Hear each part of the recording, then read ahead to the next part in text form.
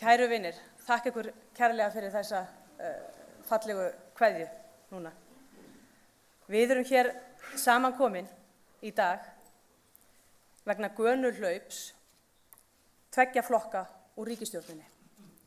Tveggja nýrra flokka sem í síðustu kosningabaráttu gáfu sig þó út fyrir ný og bætt vinnubrögð í stjórnmálum. Nú má öllum vera það ljóst, sem ég reyndar vissi allan tíman, að það var ekkert tilefni fyrir þessa samstarfsflokka okkar að hlaupast brott og undan ábyrgð í skjóli nætur. Og málið sem olli þessu upphlaupi, málið sem að ráðherrar Bjartrar framtíðar og Viðreisnar var svo umhugað og vildu ræða, málið uppreist æru. Þau hlupu líka frá því. Trúnaður ráðherranna við það mál var ekki meira en svo. Hvað gerum við sjálfstæðismenn í þessum sporum?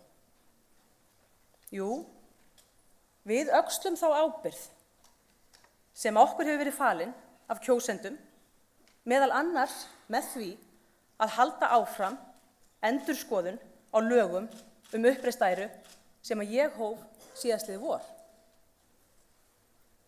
Í gær samþykktu allir formenn stjórnmálaflokkana á Alþingi að leggja fram á næstu dögum frumvarp mitt afnám uppreistrar æru úr lögum. Þetta verður fyrra skrefið af 2 nauðsynlegum. Seinna skrefið verður ekki tekið fyrr en eftir kosningar.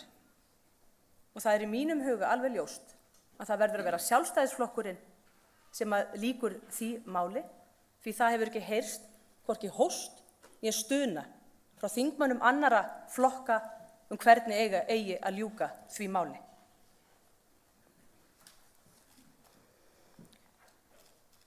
Það ekki nóg að vera sammála breytingar. Menn þurfa að hafa skoðun á því hverjar þær breytingar eigi að vera og umfram allt þurfa menn að vera til staðar og hafa hrygg til þess að framkvæma og koma sínum hugmyndum í framkvæmd. Góðir samherjar, við skulum ekki dvelja of lengi við þessi vinnubrögð nýju flokkana. Við höldum okkar striki.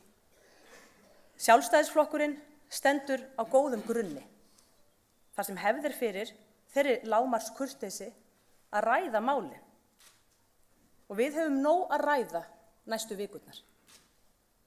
Ég tek sem dæmi málefni hælisleitenda, sem mál sem hefur staðið mér nærri í mínum störfum í þessari ríkisstjórn. Við höfum undanfarið náð árangri við það að hraða brottför íbúa öruggra ríkja sem sækja hér hæli að tilhæfulausu. Það ekki hægt að láta það átölulaust að menn komi hingað frá öruggum ríkjum í þeim tilgangi að misnota velvild Íslendinga gagnvart fólki sem í raunverulegri neyð á raunverulegum flótta. Sjálfstæðisflokkurinn þarf að fá áframhaldandi umboð til þess að sá árangur sem við höfum náð glatist ekki. En það líka enn margt ógert í þessu málaflokki. Því miður eru sumir þeirra skoðunar þessa dagana að fjölmiðlar eigi að hafa það hlutverk að velja úr hópi hælisleitenda sem hingað sækja í þeim tilgangi að veita þeim einhvers konar sérmeðferð með atbeina ráðherra eða alþingismanna. Ég bendi hins vegar á að ómannúðlegasta meðferð hælisumsókna sú sem byggir á geðþótta stjórnvalda, ráðherra eða alþingis. Margir flóttamenn eru einmitt að flýja slíkt stjórnarfar. Afstaða Sjálfstæðisflokksins alveg skýr í þessum efnum. Við afgreiðslu hælisumsókna verður að gæta jafnræðis og forgangsraða með tilliti til neyðar. Ég vil nota tækifæri hér og þakka fyrir allar þær hlýju kveðjur sem mér hafa borist undanfarna daga og ekki síður fyrir þær baráttu kveðjur sem að ég og allur þingflokkurinn höfum fengið þessa vikuna.